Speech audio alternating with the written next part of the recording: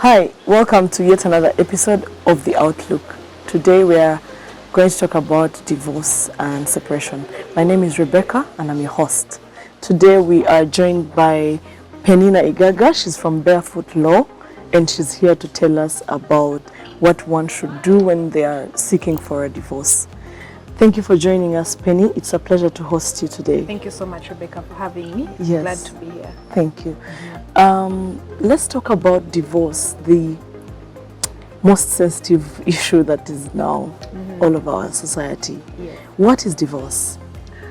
Well, Rebecca, thank you for bringing this. And in our society, mostly our African society, in Uganda, marriage is considered to be a beautiful thing because it's a union of families, of individuals, families and communities. Yes. But there may be situations where there's a breakdown in that union between the individuals. Yes. The community may be okay with the union, but not the individuals. Yes. Now, in the case of a divorce, or in the case that this happens in a relationship, someone can decide to opt for a divorce. Yes.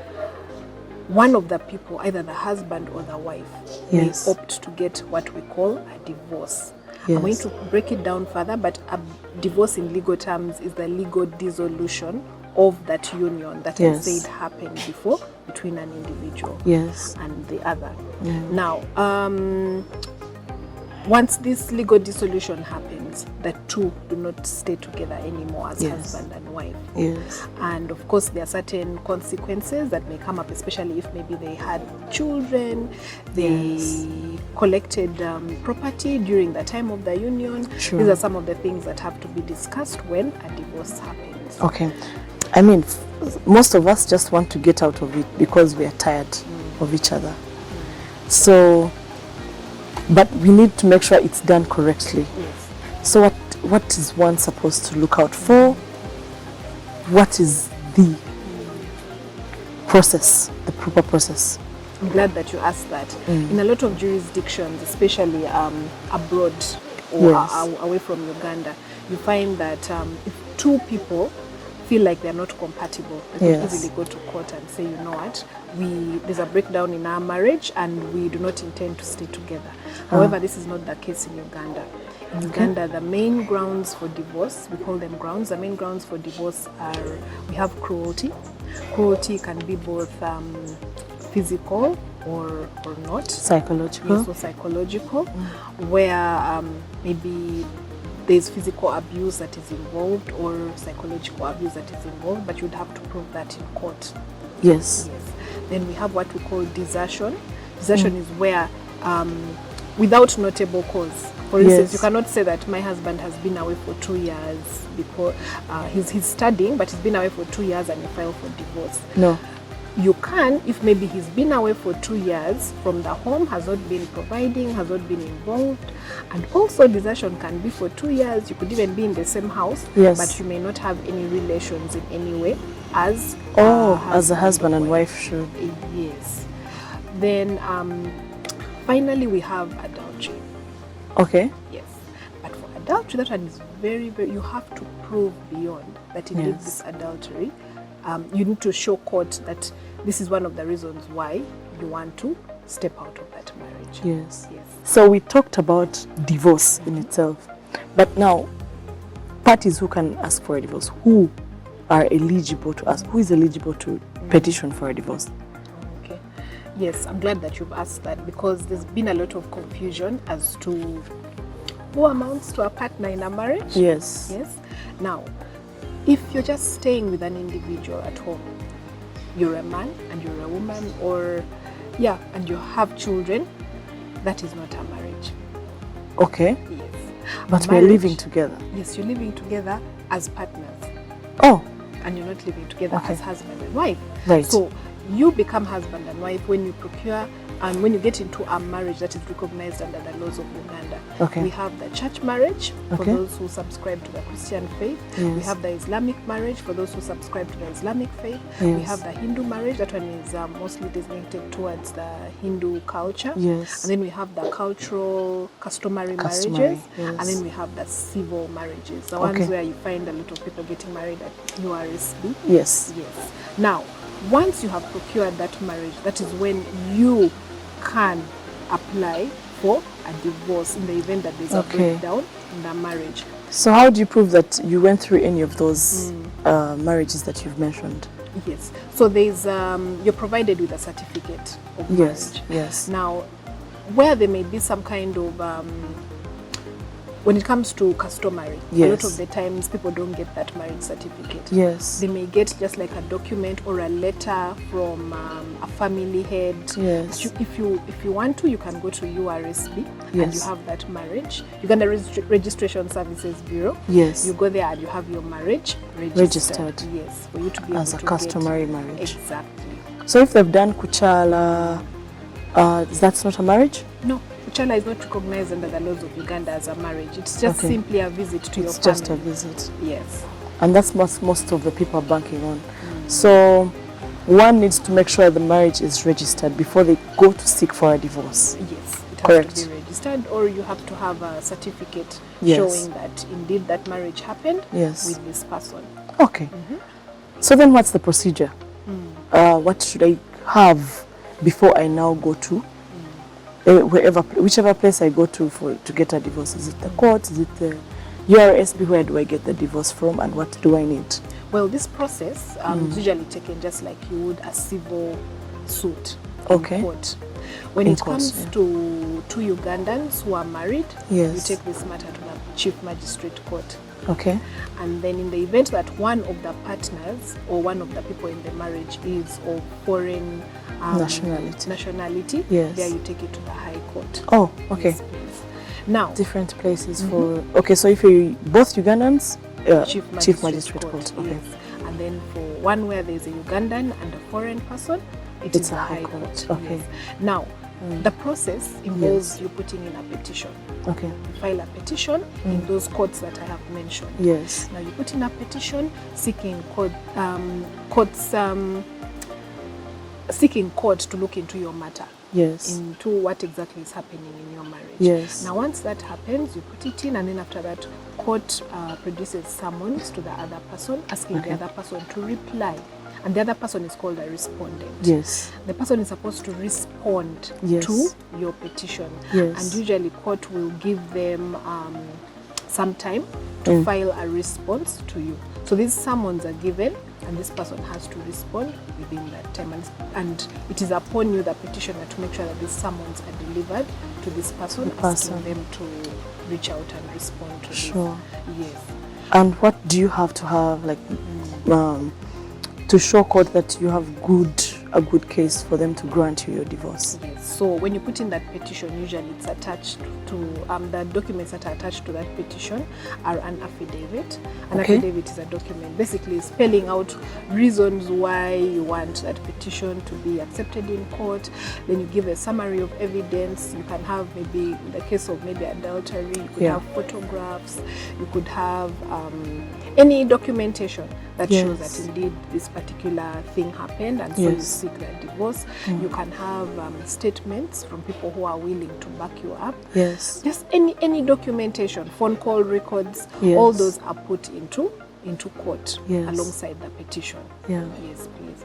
Now, after that, once the summons are given, the person is supposed to respond within 15 days. Okay. Yes, so the person responds to court, and in the event that they do not respond, there's what we call court hearing the case ex parte. Okay. And court can even go ahead and give a judgment ex parte because you didn't show up to respond when the petitioner put in a petition. Yes. Now, if you respond, court creates a hearing date where you both come to court, and basically the same thing as the petitioner, you come with also your documents. Yes. You know, your documents proving that indeed you didn't do what the petitioner did, or you do not want this divorce to happen, whatever may be the case. Now, in the event that that happens, you go to court, there's a hearing that is set, and then a mediation is also set. Court is not trying to break up a marriage. Yes. So they're trying to literally frustrate you not to end a marriage. Yes. So there's what we call a decree nisi, or nisi nisi, depending on where court will first give this decree saying that, you know what, first stay apart for 6 months and see how it goes. And then if after 6 months you still want to be apart, court will give a decree absolute. So the decree absolute is where they are saying, okay, now you're divorced, you're free from each other officially. Yes, basically all legal obligations when it comes to marriage come to an end. So what are those key considerations that court decides on? What are the grounds that court considers good grounds before a divorce is issued? Okay. The grounds under the laws of Uganda are 3. Yes. We have cruelty.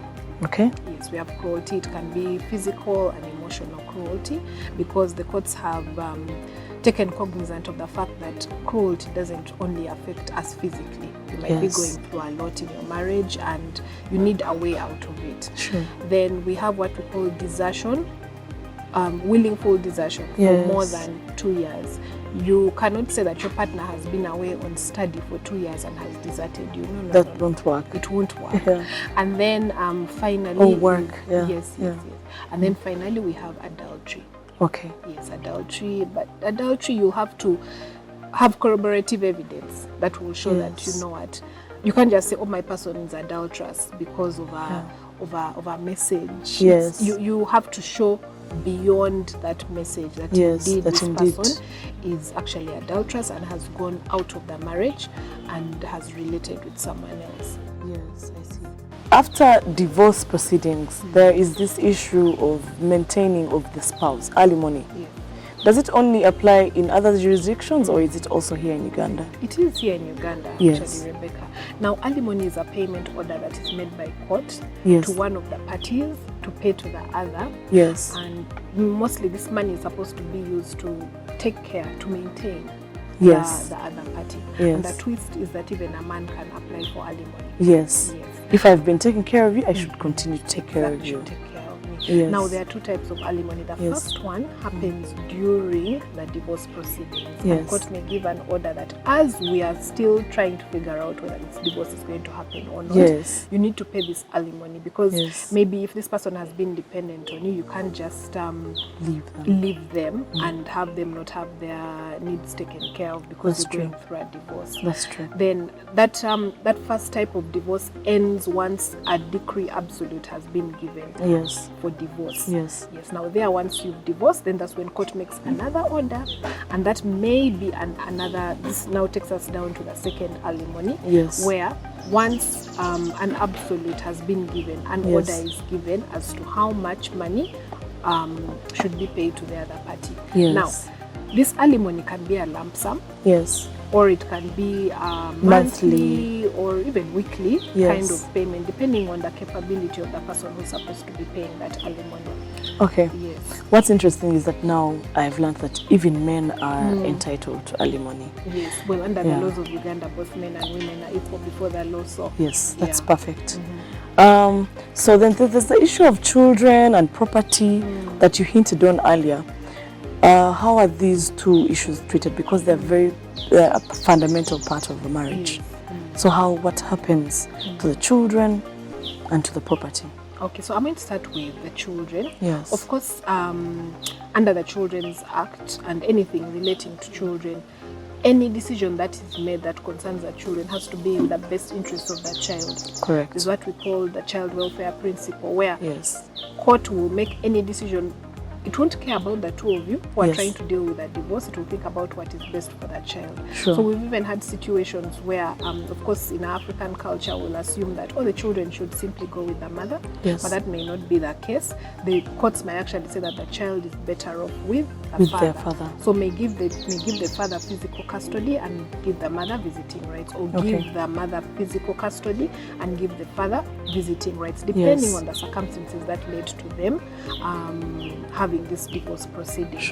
Secondly, when it comes to property, a lot has to be taken into consideration. Number one, how was that property owned? Was it owned where both of you were owners to this piece of land, for example, or a home? So you as the parties are given, first of all, a chance to decide on how this property should be divided or distributed. Yes. And a lot of the times you'll find that courts have a leaning towards the person who's going to stay with that child. I see. I'll give you an example. For instance, if you're going through a divorce, if you are staying with the children, you the wife, yes, the husband may be asked to leave the home for the children and the wife, yes, and then find some other residence to stay in. yes. Or in the event that maybe that home is in his name or it's his, yes, he will be asked to pay for another comfortable place similar to where these children were staying. Yes. Remember, it still comes back, I think, to the best interest children. of that children. Yes. So even still, the way the property is distributed will be dependent on ownership of the property, okay, contribution, okay, when it comes to this property. And that's another thing that I'm also going to talk about, yes, contribution. And basically the children and how they will be able to benefit from the property that you two collected during your marriage. Now, regarding contribution that I touched on, there's this assumption that in the event of a divorce, things should be distributed 50-50. Well, that's not the case anymore. That's changed. It's not the case anymore, and it's based on contribution. Yes. If one of the parties can prove that they contributed much more than the other, or if the one who's saying I contributed and I'm entitled to 50-50 can present to court and show court that indeed they deserve that percentage, yes, court will make that distribution based on the circumstances placed before them. So you have to give evidence of the contribution. Yes, and some of this evidence can be, I speak to the woman. Yes. Also, there are so many times where women have contributed to maybe a home being built. Yes. And a lot of the times we always advise women to, when you make that payment, keep that receipt. Yes. Put it in writing. Yes. If your man comes and says, you know what, babe, can you give me like 5 sacks of cement? You'll be like, yeah, fine. Can I buy it? Keep that receipt. Or you could put it in writing that you know what you've contributed. I know that may not sit too well. It can never sit too well. Yes, but unfortunately, fortunately, is some of the evidence that you would have to present to court to prove your contribution. Peninah, you've talked about divorce, but we've also heard about legal separation or separation. Could you help us understand the difference? So now the difference between legal separation and divorce is that legal separation, you can go back into the relationship and continue where you left off. Okay. For divorce, yes, once court has given that order, that the absolute order, it's irreversible. Absolute, it's irreversible. Okay. Yes. Okay, that's clear now. So if you want to get a legal separation, how do you approach it? Well, it's simply you also apply to court. Okay. You also apply to court and you have a sitting. Of course, it involves a court mediation where you sit down and you actually understand where this is coming from and minutes are written. And then after that, you go to court. Both parties present why they need this legal separation. And then once court says that indeed this is going to be a way of making sure that the marriage stays, you two having a break, it will go ahead to give that order under the legal separation. Okay. Yes. I hope the viewers have enjoyed this conversation, and thank you so much for helping us to understand about divorce and separation, a very sensitive topic in our society. And thank you to Barefoot Law for allowing us the opportunity to have a chat with you. Thank you so much. Thank you for joining us on The Outlook today. Divorce remains a very sensitive topic and a private one in our society. I hope this episode has helped you to understand how to go through a petition for a divorce and separation should you be faced with a situation of that nature. Until next time, I am Rebecca, your host.